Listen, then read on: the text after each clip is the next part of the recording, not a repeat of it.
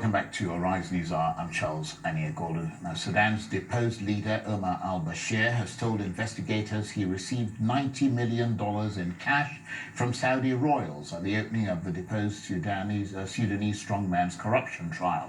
The former president, who was forced from power by months of protests in April after 30 years in office, sat in a metal cage wearing a traditional white gown. His relatives chanted Allahu Akbar as proceedings got underway in the Khartoum court, where he arrived in a huge military convoy. Bashir faces a raft of charges of war crimes, crimes against humanity, and genocide from the International Criminal Court over his role in the Darfur War.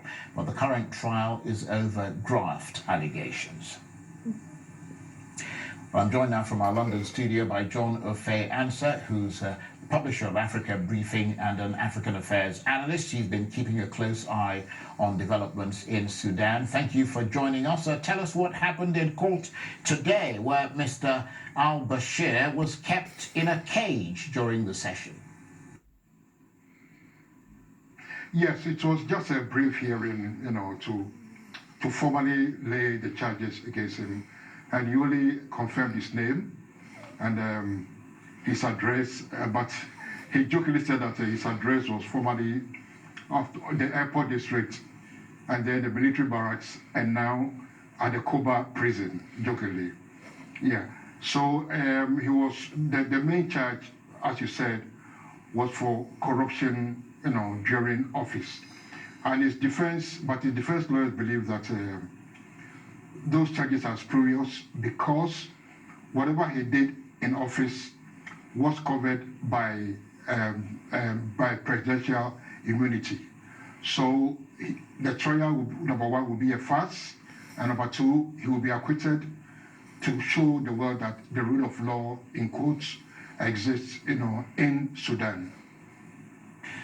Nevertheless, how big a moment is this for the people of Sudan to see a man who presided over their affairs and indeed dictated over their affairs for the last 30 years? See him in a cage in court.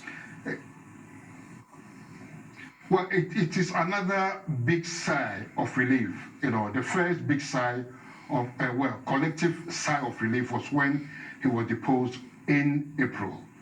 And this other sigh of relief, from the people, because they were felt, his rule was punctuated by impunity, corruption, wars, one secession, South Sudan, and a whole raft of irregularities. And the people actually instigated the coup that overthrew him in April when he raised fuel prices and there was a shortage of bread in December, and the people went, this time, mounted a sustained, uprising that led to his ouster in April. So the people are mightily relieved that, the one strong man of Sudan is now in a cage facing trial. Well, that's for the people. What about the people who are running Sudan now? How much will Mr. al-Bashir's trial be seen as a test of how serious the country's new authorities are about tackling the legacy of Mr. al-Bashir's autocratic 30 years in power? Well, if they are serious about wiping the slate clean, about launching or ushering in a new era, then the world is watching, and they must make sure that the trial goes on. It bears no resemblance of any sham, and that the trial is fair and just, and that whatever verdict the court delivers will be a reflection on the case, a true reflection on the case before it. And talking about his appearance in court today and the graft charges that he's facing, the court heard testimony that he accepted a huge amount of money from a Saudi prince. His defense of that is that he spent the money, some $90 million, for Sudan. So the charges, he says, are baseless. Is that the way that people in Sudan will see it? No, actually, my information is that during the the preliminary interrogation, when he was arrested in June, he admitted receiving this amount. I mean, 25, the amount comprised of 25 million from the Saudi Crown Prince, Mohammed bin Salman, and also a further 65 million from the king himself, and that these monies were given to him to spend outside, in quotes, of the state budget, like donations, this and that, So he could not really, say, exactly why, the monies were given, and also for what purpose, and how the money was actually spent, apart from stating that it was given to him, to spend outside of the state budget. So he couldn't provide any specifics as to how the money was spent.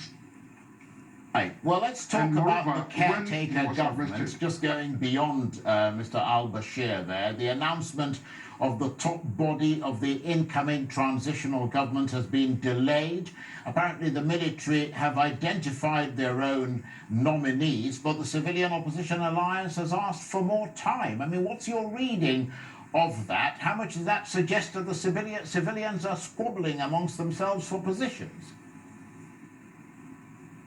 It doesn't read well to me. I mean, this appears to be a chink in the armor of the civilians. But after all this time, at the last minute, when the new council should be inaugurated today, they could not agree on the composition on their side.